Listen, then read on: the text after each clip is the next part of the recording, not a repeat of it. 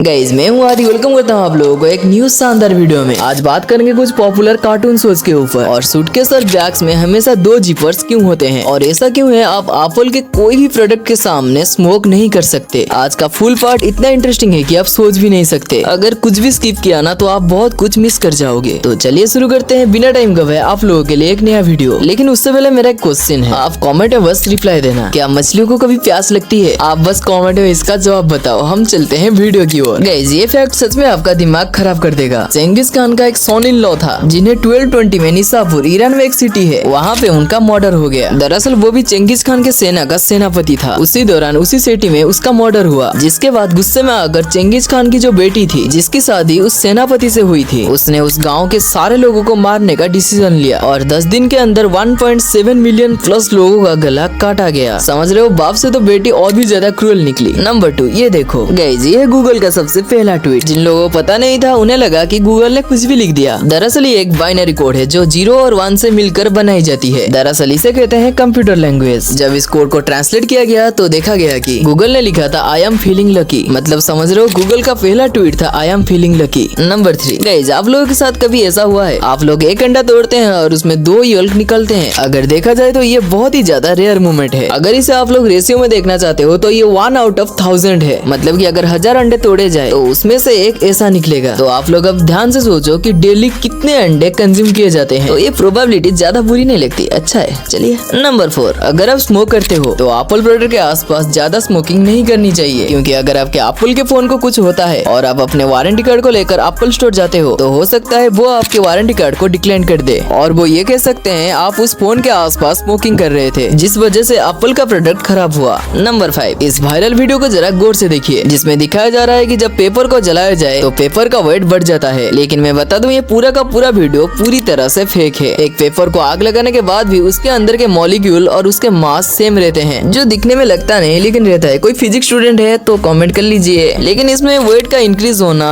Impossible है। लेकिन इस वीडियो में ऐसा हो रहा है कि इस पेपर का वेट इंक्रीज हो रहा है। दरअसल इस पेपर के बीच में टील व्हील चिपकाया गया है, जिसे आप गौर से देखोगे तो दिखता है। ये जो चीज है जो जलने के बाद ऑक्सीडाइज हो जाता है। अब ना पूछना प्लीज ऑक्सीडाइज क्या होता है, मार देंगे कसम से। मजा कर रहे थे, मारेंगे नहीं। और ओवरऑल हमें दिखाया जाता है कि इस पेपर का वेट बढ़ रहा है। नंबर 6 गाइस, क्या आप कोई लिब्रो की बुक फ्लोरिस्ट हो? नहीं, गलत ना समझो। ये उन लोगों को कहा जाता है जो बुक्स पढ़ते हैं बेड में बैठकर। दरअसल कई लोग ऐसे होते हैं जो बुक्स पढ़ना बहुत ही पसंद करते हैं, और वही लोग जो आराम से लेटकर बुक्स पढ़ पाते हैं। नॉर्मली अगर उन्हें टेबल पर बुक पढ़ने दिया जाएगा तो उन्हें नींद लगेगी, लेकिन अगर ये काम उन्हें बेड में दिया जाए तो ये आराम से घंटों तक बेड में बैठकर पढ़ सकते हैं। नंबर 7 इस फोटो को जरा गौर से देखो। दरअसल ये आपको फोटोग्राफी लग रही होगी, लेकिन एक्चुअली में ये एक ड्राइंग है। ये ड्राइंग कहाँ से बनी है सुनकर आप हैरान ही हो जाओगे। दरअसल ये ड्राइंग माइक्रोसॉफ्ट एक्सेल में बनाया गया है। अनबिलीवेबल लगता है लेकिन ये पूरा का पूरा एकदम सच है, जिसे 77 साल के तत्सुओ होरेइचू ने बनाया है, जो जापान से है। सलाम है दादा। नंबर 8